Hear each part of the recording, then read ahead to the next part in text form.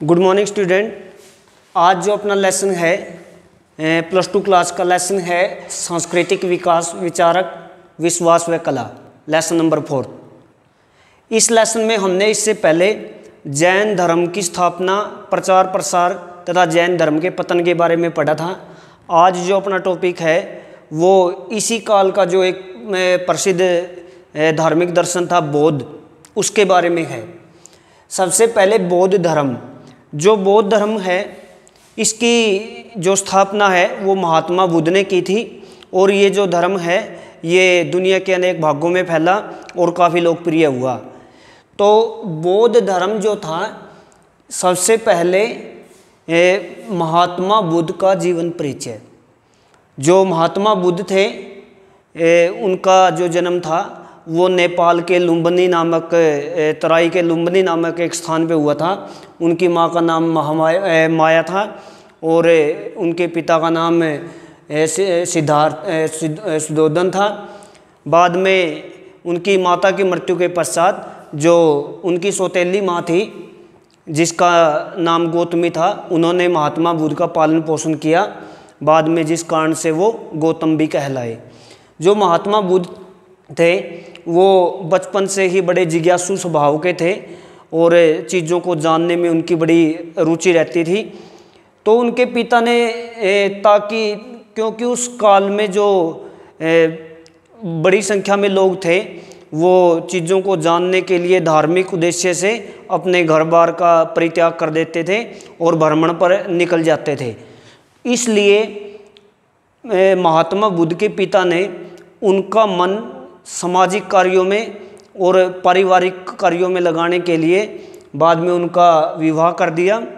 और लेकिन ये सारी चीज़ें महात्मा बुद्ध के जो जिज्ञासा थी उसको तृप्त नहीं कर सकी, जिस कारण से बाद में हालांकि उनके घर एक पुत्र की भी प्राप्ति हुई जिसका नाम राहुल था।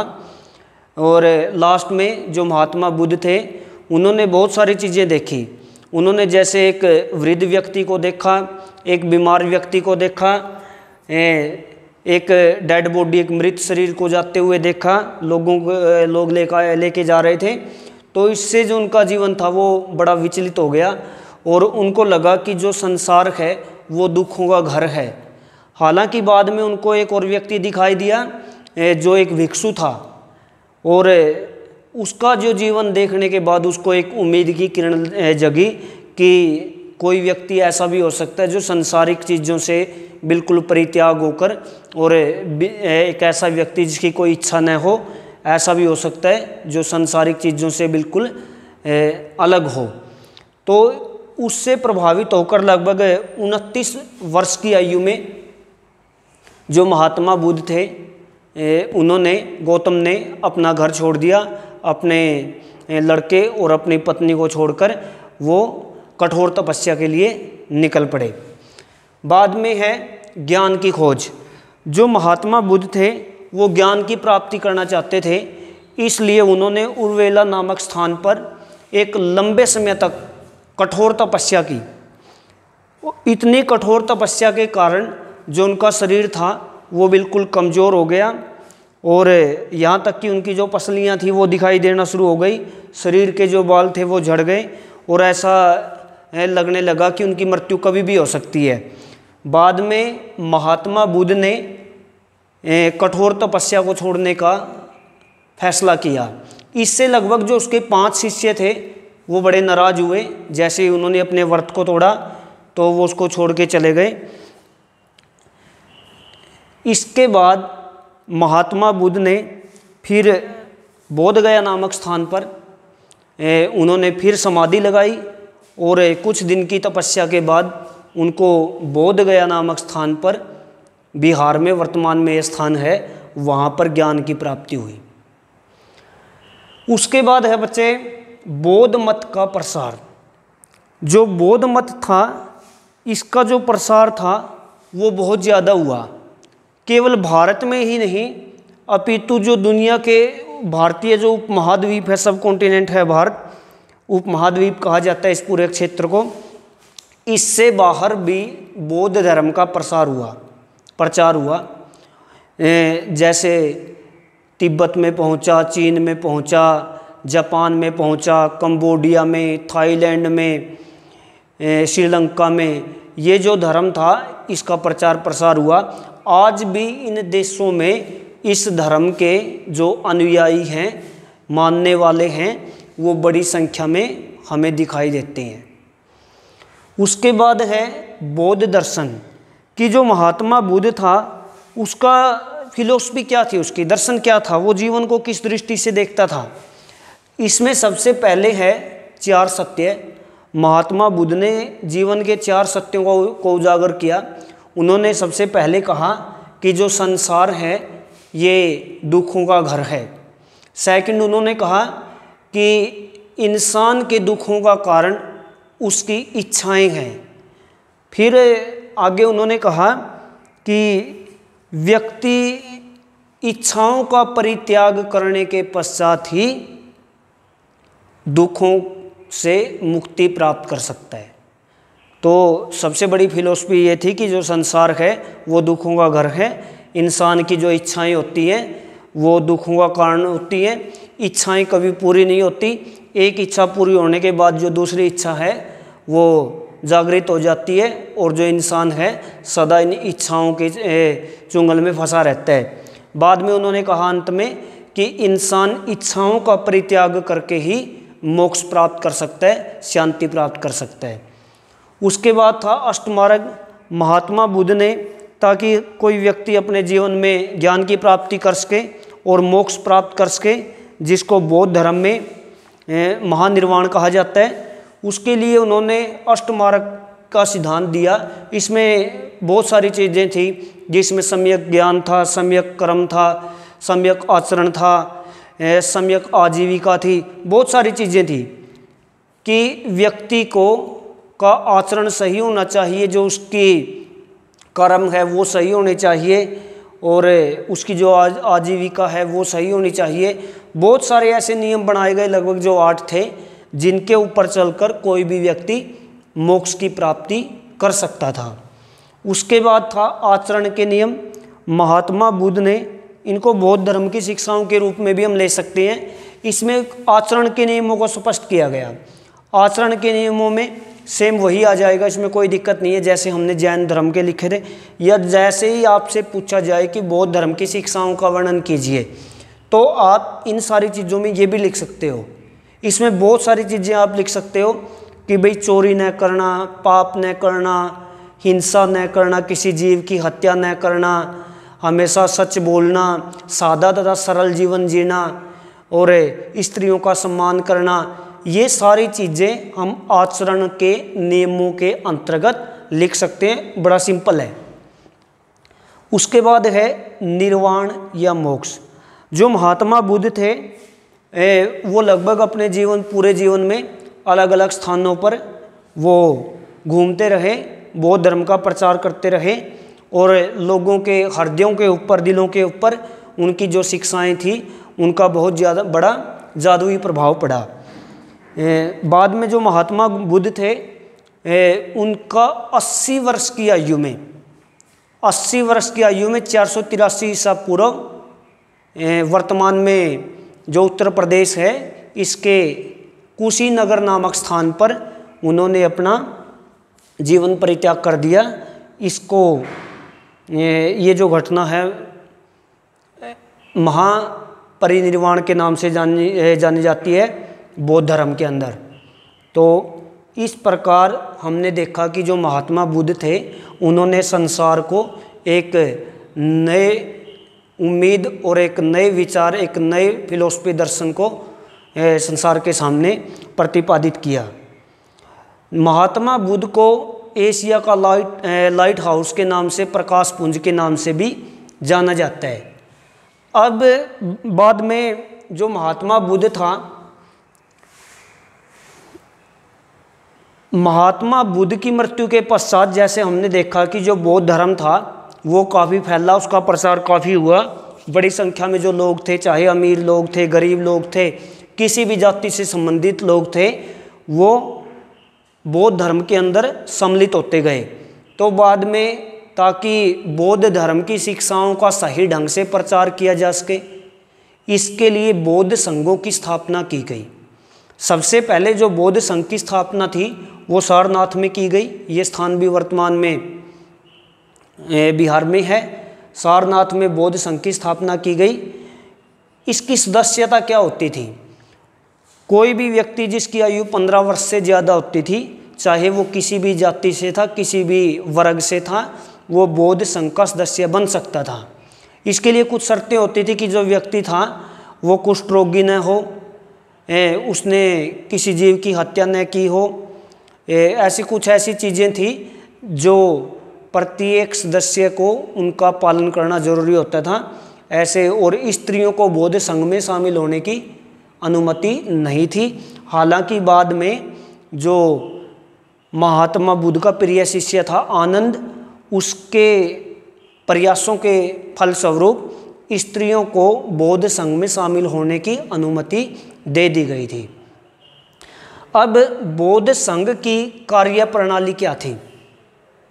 जो भी बौद्ध संघ अलग अलग स्थानों पर पूरे भारत में स्थापित हुए, बौद्ध संघों में मुख्य रूप से जो बौद्ध भिक्षु निवास करते थे, भिक्षु और भिक्षुणियाँ, ये जो लोग थे बड़ा सादा और सरल जीवन जीते थे। अपने पास किसी प्रकार की सांसारिक चीज़ों को नहीं रखते थे, सांसारिक जीवन का परित्याग कर देते थे ये लोग, और एक प्रकार से ये लोगों के सामने आदर्श जीवन का रूप प्रस्तुत करते थे। बाद में जो बौद्ध संघ थे, क्योंकि ये बहुत ज़्यादा विस्तृत होते चले गए, तो बौद्ध संघ जो थे इनके अंदर कई बार विवाद हो जाते थे। तो बौद्ध संघों में बौद्ध भिक्षुओं के बीच में जो विवाद होते थे उनके समाधान के लिए सबसे पहले जो लोग थे वो आपस में चर्चा करते थे, विचार विमर्श किया जाता था, उसके बाद समस्याओं का समाधान निकाला जाता था। और यदि कोई विवाद ऐसा होता था जिसका समाधान विचार विमर्श से भी नहीं निकलता था, तो फिर लोकतांत्रिक तरीका अपनाया जाता था। इसमें वोटिंग की जाती थी एक प्रकार से, अलग अलग बौद्ध भिक्षुओं के द्वारा, और जो उसका फैसला होता था वो हर किसी के द्वारा मान्य होता था। इस प्रकार से हम देखते हैं कि जो बौद्ध संघ थे इन्होंने बौद्ध धर्म के प्रचार प्रसार में उल्लेखनीय योगदान दिया। उसके बाद है कि जो बौद्ध धर्म था इसके पतन के क्या कारण थे, कि बौद्ध धर्म इतने बड़े पैमाने पर जो बौद्ध धर्म लोकप्रिय हुआ, प्रचार प्रसार हुआ, बाद में जिस देश में इसका जन्म हुआ उस देश में इस धर्म का पतन हो गया। पतन मीन्स विनाश हो जाना, डिक्लाइन जिसको हम कहते हैं। तो इसके लिए अनेक कारण उत्तरदायी थे। सबसे पहला जो कारण था कि जो बौद्ध धर्म दर्शन था और बाद में जो बौद्ध भिक्षु थे, जो बौद्ध संघों की स्थापना हुई, शुरू में ये जो लोग थे इनका जीवन बड़ा आदर्श होता था, सरल और सौम्य जीवन जीते थे, सादा भोजन करते थे, सांसारिक चीज़ों का परित्याग करते थे, और बड़ी संख्या में जो लोग थे इन बौद्ध भिक्षुओं से आकर्षित होकर बौद्ध धर्म की ओर आकर्षित होते थे। लेकिन बाद में जो बौद्ध संघ थे वो उनकी कार्यप्रणाली लगातार खराब होती चली गई। बड़ी संख्या में जो बौद्ध भिक्षु थे उन्होंने विलासी जीवन जीना शुरू कर दिया, उन्होंने सांसारिक चीज़ों को अपनाना शुरू कर दिया, जिससे बड़ी संख्या में जो लोग थे उनका बौद्ध धर्म से मोह भंग हो गया। इसका एक कारण ये भी था कि शुरू में चाहे वो अशोक था या अनेक जो दूसरे शासक थे, उन्होंने बौद्ध धर्म को संरक्षण प्रदान किया, जिसके कारण बौद्ध धर्म का प्रचार केवल देश में ही नहीं अपितु विदेशों में भी हुआ। अशोक जैसे शासकों ने बड़ी संख्या में धन दिया, बौद्ध धर्म प्रचारकों की नियुक्ति की, जिसको महामात्य के नाम से, बौद्ध महामात्य के नाम से जाना जाता था। यहाँ तक कि अशोक ने जो अपना लड़का था और लड़की थे उनको भी श्रीलंका में भेजा था बौद्ध धर्म का प्रचार करने के लिए। तो बाद में जो शासक हुए उन्होंने बौद्ध धर्म को नहीं अपनाया, जिसके कारण बौद्ध धर्म को जो राजनीतिक संरक्षण प्राप्त होता था वो मिलना बंद हो गया। ये भी इसका एक पतन का प्रमुख कारण था। उसके बाद जो प्राचीन सनातन धर्म था, हिंदू धर्म जिसको ब्राह्मणवाद के नाम से भी जाना जाता था, बाद में इस धर्म के अंदर उल्लेखनीय सुधार हुए। अनेक ऐसी जो रीति रिवाज परंपराएं थी जिसके कारण जो लोग थे वो दुखी थे और उन्होंने हिंदू धर्म सनातन धर्म को छोड़कर बौद्ध या जैन धर्म को अपनाया था। उन परंपराओं को हटाया गया जिसके कारण जो हिंदू धर्म था वो दोबारा से लोकप्रिय होना शुरू हो गया। तो बड़ी संख्या में जिन लोगों ने कभी हिंदू धर्म को छोड़ा था वो लोग दोबारा से हिंदू धर्म में सम्मिलित होना शुरू हो गए। ये भी बौद्ध धर्म के पतन का एक प्रमुख कारण बना। इसके साथ साथ ये भी था कि शुरू में जो बौद्ध धर्म था उसकी शिक्षाएं सरल थी, उसके सिद्धांत सरल थे। वो जाति प्रथा का विरोध करता था, वो वैदिक संस्कृति का विरोध करता था, प्राचीन संस्कृति जो थी संस्कृत भाषा थी उसका भी विरोध करता था। लेकिन बाद में देखते हैं कि बौद्ध जो धर्म था उसने इन सारी चीज़ों को अपनाना शुरू कर दिया। इससे जो लोग थे वो बड़े दुखी हुए और उन्होंने बौद्ध धर्म को छोड़ना शुरू कर दिया। अनेक ऐसे भी शासक हुए जिन्होंने बौद्ध धर्म से जो नफरत करते थे, जो वैष्णव धर्म से या हिंदू धर्म को प्रचारित करना चाहते थे, उन्होंने बड़ी संख्या में बौद्ध भिक्षुओं की हत्या करवाई। यहाँ तक कि जो संसाक था शासक, उसने जो बोध गया के अंदर बोधि वृक्ष था जहाँ पर महात्मा बुद्ध को ज्ञान प्राप्त हुआ था, उस वृक्ष को भी कटवा दिया। तो इन सभी कारणों से बाद में हम देखते हैं कि ये जो धर्म, जिस देश से इस धर्म का जन्म हुआ था उसी देश में इस धर्म का पतन हो गया। लेकिन आज भी ये जो धर्म है वो चाहे तिब्बत है, चीन है, बर्मा जिसको म्यांमार कहा जाता है, श्रीलंका है, कंबोडिया है, जापान है, नॉर्थ कोरिया, साउथ कोरिया, ये जो देश हैं ये मुख्य रूप से बौद्ध धर्म संस्कृति के लिए आज भी जाने जाती हैं। उसके बाद है कि एक बड़ा इम्पोर्टेंट प्रश्न पूछा जाता है, हीनयान तथा महायान में अंतर स्पष्ट करो। ये जैसे हमने पीछे जैन धर्म के बारे में पढ़ा था कि जो जैन धर्म था वो दो भागों में विभाजित हो गया था, दिगंबर और श्वेतांबर। जो दिगंबर होते थे वो किसी प्रकार के वस्त्र नहीं पहनते थे, श्वेतांबर श्वेत वस्त्र धारण करते थे। बहुत सारी चीज़ें हमने पढ़ी थी। उसी प्रकार जो बौद्ध धर्म था वो लगभग दो भागों में विभाजित हो गया, हीनयान तथा महायान।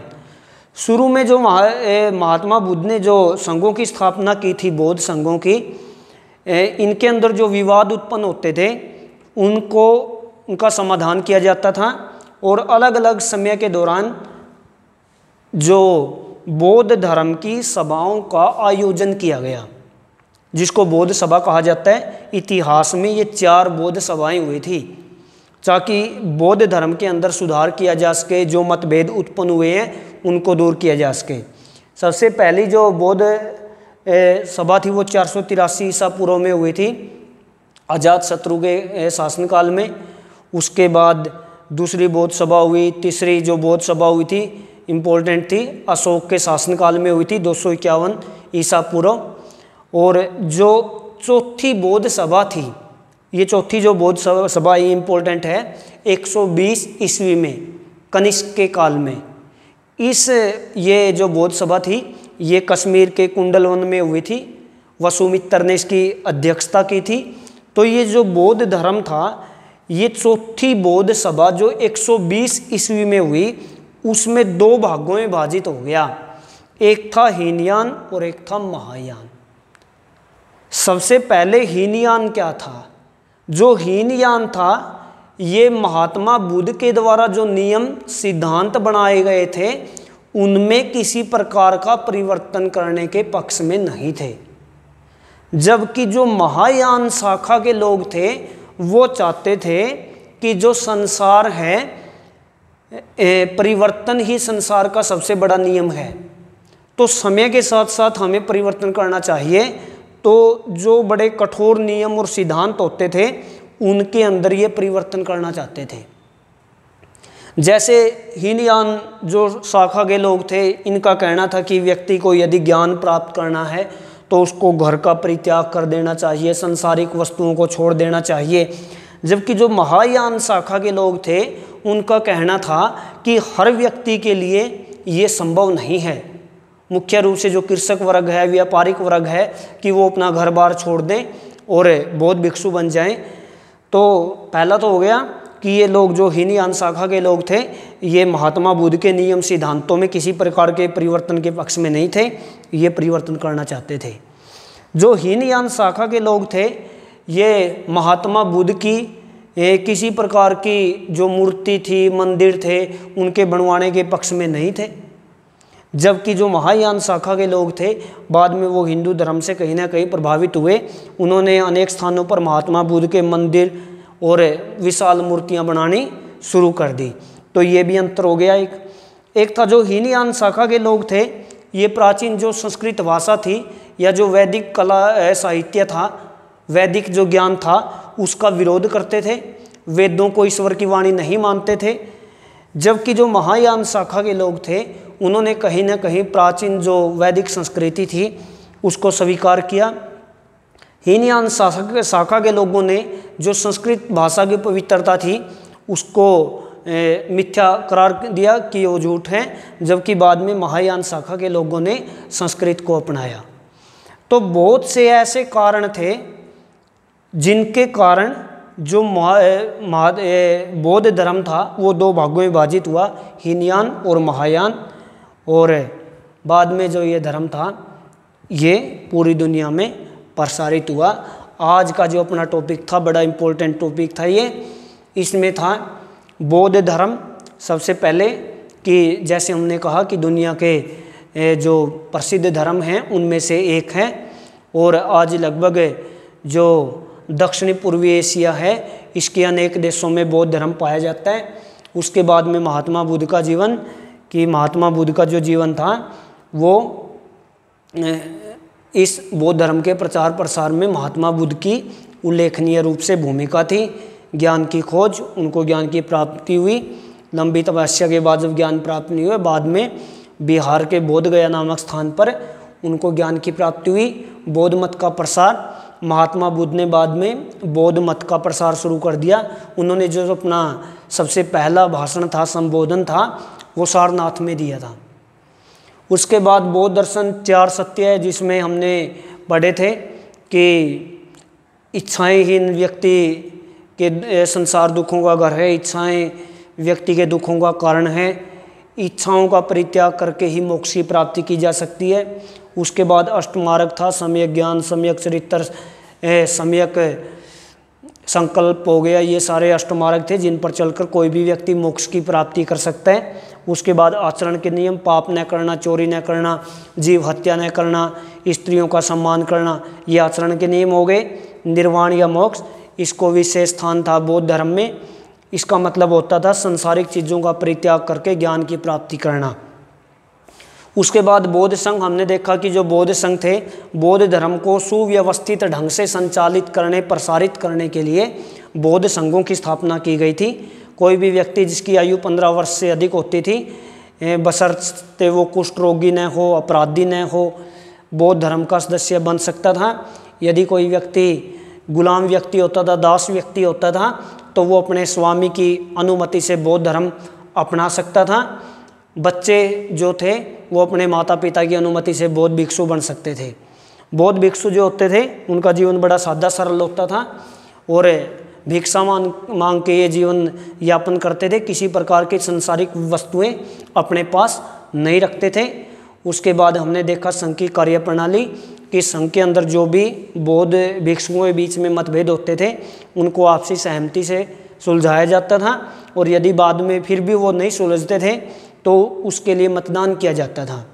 बौद्ध धर्म के पतन के कारण, कि शुरू में जो अनेक शासक थे उन्होंने बौद्ध धर्म को संरक्षण दिया, चाहे वो सबसे उल्लेखनीय नाम अशोक का तय, बाद के शासकों ने उसको राजनीतिक संरक्षण नहीं दिया।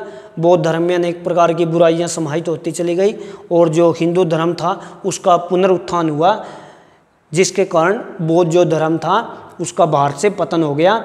और बाद में हम देखते हैं कि 120 ईस्वी में कनिष्क के काल में जो बौद्ध धर्म था वो 2 भागों में विभाजित हो गया, हीनयान तथा महायान।